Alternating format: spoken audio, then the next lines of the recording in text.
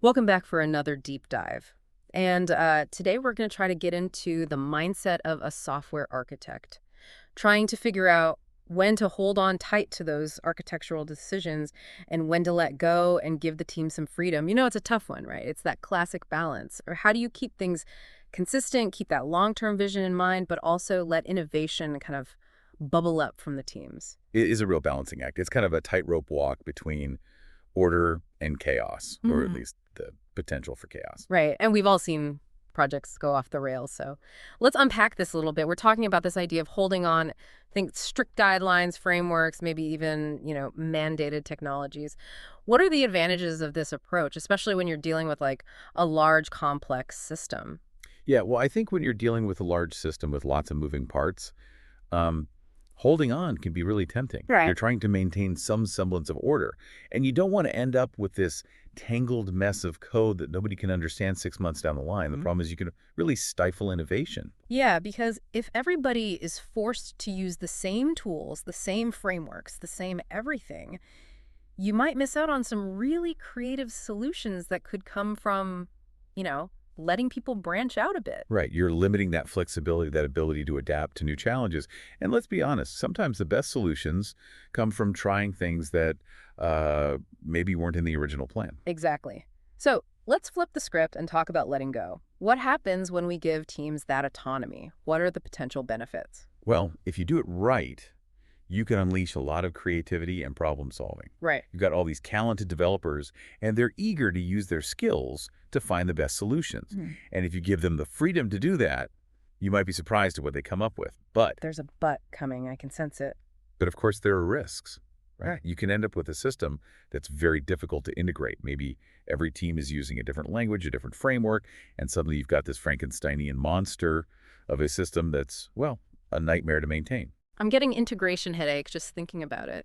And I imagine the long-term maintainability of something like that would be a real challenge too. Absolutely. And then there's this lurking danger of technical debt. Teams are moving fast, they're taking shortcuts, and maybe they're not documenting things as well as they should. And all of that can come back to haunt you later on.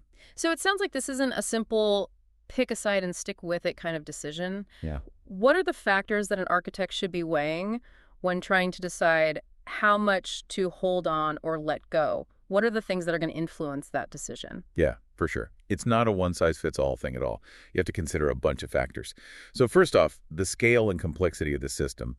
I mean, building a small website is very different from building a system that has to handle millions of transactions a day. Right.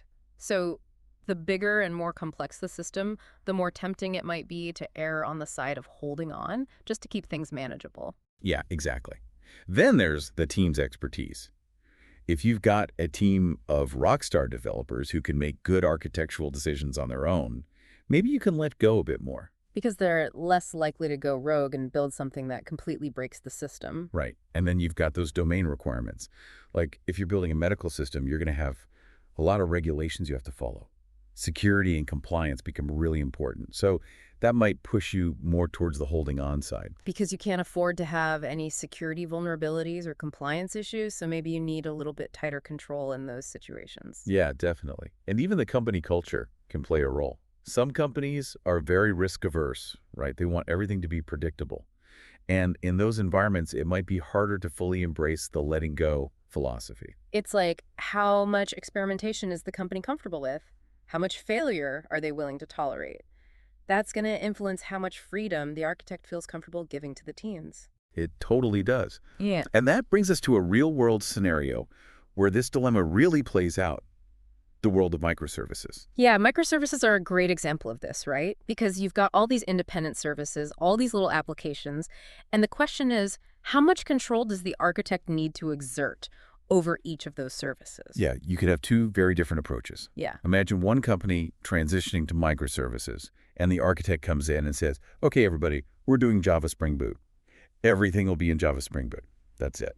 So very much a holding on approach. They're dictating the technology, the framework, everything. Exactly. And maybe they even go further and say, okay, here are the API design standards. Here's how you're going to handle logging. Here's how you're going to handle security. Everything is very centralized, very controlled. I can see the appeal of that, right? You've got this consistency across all your services. It's probably easier to debug because everybody's using the same tools. Yeah, and compliance is probably easier too. But are you sacrificing some of that agility and innovation that makes microservices so appealing in the first place? Right.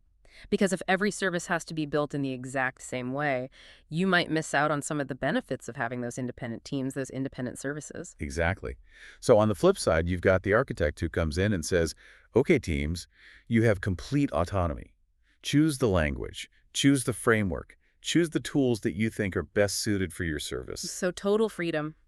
Let 1,000 flowers bloom, as they say. Right. And that can be really exciting because you might end up with a much more diverse and innovative architecture where each service is really fine-tuned for its specific purpose. But then the challenge becomes, how do you integrate all these different pieces? It's like trying to fit together puzzle pieces that come from different puzzles. Exactly. Integration becomes a huge headache. Hmm. And then maintenance.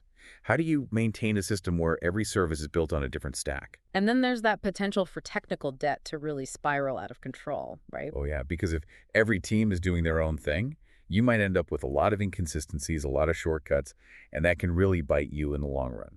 So it sounds like both extremes have their pros and cons. Is there a sweet spot? Is there a way to kind of find that middle ground where you get the benefits of both holding on and letting go? Absolutely. It's not an either situation. It's about finding that balance point. And that's where things get really interesting. Okay, I'm intrigued. Let's dive into that middle ground in more detail. How do you strike that balance? How do you create that harmony between control and freedom? Well, it starts with recognizing that you can't and shouldn't control everything. Right. You can't micromanage every single decision. So instead, you focus on establishing those core standards, those non-negotiables that ensure the system's integrity. So you're setting the stage, but you're not scripting every line of the play. Exactly. Maybe those core standards are around API design principles or security protocols or data consistency rules. So those are your guardrails. You're giving teams boundaries, but within those boundaries, they have the freedom to experiment. Precisely. And what this does is it allows you to maintain that essential system coherence, especially as things grow and evolve. But you're also fostering a culture of innovation because teams feel empowered to use their expertise to find the best solutions. It's like having a jazz band. Everybody knows the key, everybody knows the tempo, but they also have the freedom to improvise within that structure. That's a great analogy. And that brings us to the idea of evolutionary architecture. So we're not trying to build this perfect, immutable structure. We're building something that can adapt and change over time. Right. Because change is inevitable, especially in the software world. So you might as well design for it from the beginning. Makes sense. So how does this evolutionary architecture mindset actually play out in practice? How does it affect the decisions that architects are making? Well, it means letting go of that command and control mentality. Right. You're not trying to dictate every single decision. Instead, you're creating a framework, a set of guidelines that allow the system to evolve in a healthy way. So it's more about setting a direction, guiding the evolution, rather than trying to control every single step. Exactly. And that requires a certain amount of trust in the team. Trusting that they're going to make good decisions, that they're going to follow the principles that you've laid out. It's like you're the gardener, but you're not trying to force each plant to grow in a specific way. You're creating the right conditions for them to flourish. That's a great analogy. And just like a garden needs sunlight and water, a software architecture needs the right kind of nourishment. Yeah. It needs clear communication, it needs feedback, it needs room to grow. So how do we create that kind of environment? How do we nurture that evolutionary process? Well, it starts with understanding the context. What are the business goals? What are the constraints? What are the strengths and weaknesses of the team? You have to gather all that information before you can even start making architectural decisions. So it's like scouting out the terrain before you start building. Exactly. And once you have a good understanding of the landscape, then you can start defining those architectural principles, those core values that are going to guide the evolution of the system. And those principles should be clear enough to act as guideposts, not as a set of rigid rules. Right. You want to give teams the freedom to make decisions, but you also want to make sure that those decisions are aligned with the overall vision. So it's about finding that sweet spot between guidance and autonomy. Precisely. And once those principles are in place, you have to trust the team to make good decisions, to experiment, to iterate. And that means giving them the freedom to choose the tools and technologies that they think are best suited for the job. But how do you keep things from going off the rails? How do you make sure that everyone is still moving in the same direction? Well, that's where feedback comes in. It's crucial to create a culture where people feel comfortable sharing their ideas, their concerns, their successes, and their failures. So you're creating a feedback loop, a constant cycle of learning and adaptation. Exactly. And you can use tools to help manage that process, like those fitness functions we talked about earlier. Mm. They can help you automate some of that architectural governance, ensuring that those key qualities are always maintained. So it's like having a safety net that allows you to let go a little bit without worrying about the whole system collapsing. Exactly. And it frees up the architect to focus on the bigger picture, to mentor the team, to guide the overall direction of the architecture. So it's not about being a dictator, it's about being a leader, a facilitator, a guide. Precisely. It's about empowering the team to do their best work while also making sure that the system as a whole stays healthy and aligned with the business goals. I love that. It's about finding that balance between control and freedom, between structure and flexibility. Exactly. And that balance point might shift over time depending on the project, the team, the technology landscape. Mhm. It's a dynamic process, not a static decision. So the key is to be adaptable, to be responsive to change, to be willing to adjust your approach as needed. Absolutely. Yeah, Because the only constant in software development is change. So you might as well embrace it. that's a great way to put it. Embrace the change. And remember, it's not about achieving perfection. It's about creating a system that can evolve and adapt over time. Exactly. It's about building something that's resilient, something that can withstand the inevitable challenges that lie ahead. I love that. So for our listeners out there who are wrestling with this dilemma, what practical advice would you give them? What are some concrete steps they can take to find that sweet spot? Well, first of all, don't be afraid to experiment, to try different approaches and see what works best for your team and your project. And remember, it's an iterative process. You're not going to get it perfect the first time, Yeah. and that's okay. So it's okay to make mistakes as long as you're learning from them.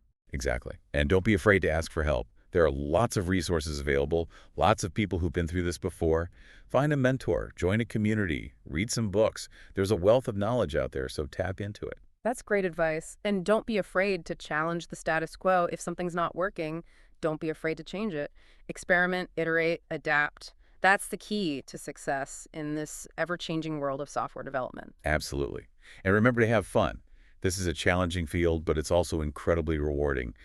When you see a system that you've helped to create come to life and thrive, it's a truly amazing feeling. It really is. And, at the end of the day, we're all just trying to build great software, right? Software that meets the needs of our users and stands the test of time. Absolutely. And that requires us to think beyond the code, to consider the bigger picture, Hmm. the human factors, the business context, the long-term implications of our decisions. It's about finding that balance between art and science, between creativity and discipline, between vision and pragmatism. Exactly. It's a constant dance. And sometimes you have to take a step back and reevaluate your approach. Maybe you need to hold on a little tighter, or maybe you need to loosen the reins a bit. It all depends on the context. So for our listeners out there who are just starting their architectural journey, what advice would you give them? What are some key takeaways they should keep in mind? Hmm. Well, I'd say first and foremost, don't be afraid to ask questions. Don't be afraid to challenge assumptions. Don't be afraid to experiment. And most importantly, don't be afraid to fail. Because failure is just another opportunity to learn, right? Exactly. Every mistake is a chance to grow, to improve, to refine your approach. And that's how we get better as architects, as developers, as a community. I love that. So embrace the challenge, stay curious, and never stop learning. That's it, in a nutshell. The world of software architecture is constantly evolving, so we need to evolve along with it. Well said. This has been an incredible deep dive into the architect's dilemma. I feel like we've covered so much ground and I've learned a ton. Me too. It's been a great conversation. I want to thank you again for sharing your insights and expertise with us today. It was my pleasure. I always enjoy talking shop with fellow architects and enthusiasts. And to all our listeners out there, thank you for joining us on this journey into the heart of software architecture. We hope you found it valuable and insightful. Until next time, keep building, keep innovating, and keep striving for that perfect balance between holding on and letting go. And remember that the best architectures are not just designed, they're evolved. They're grown over time through collaboration, experimentation, and a constant willingness to adapt. So go out there and build something amazing.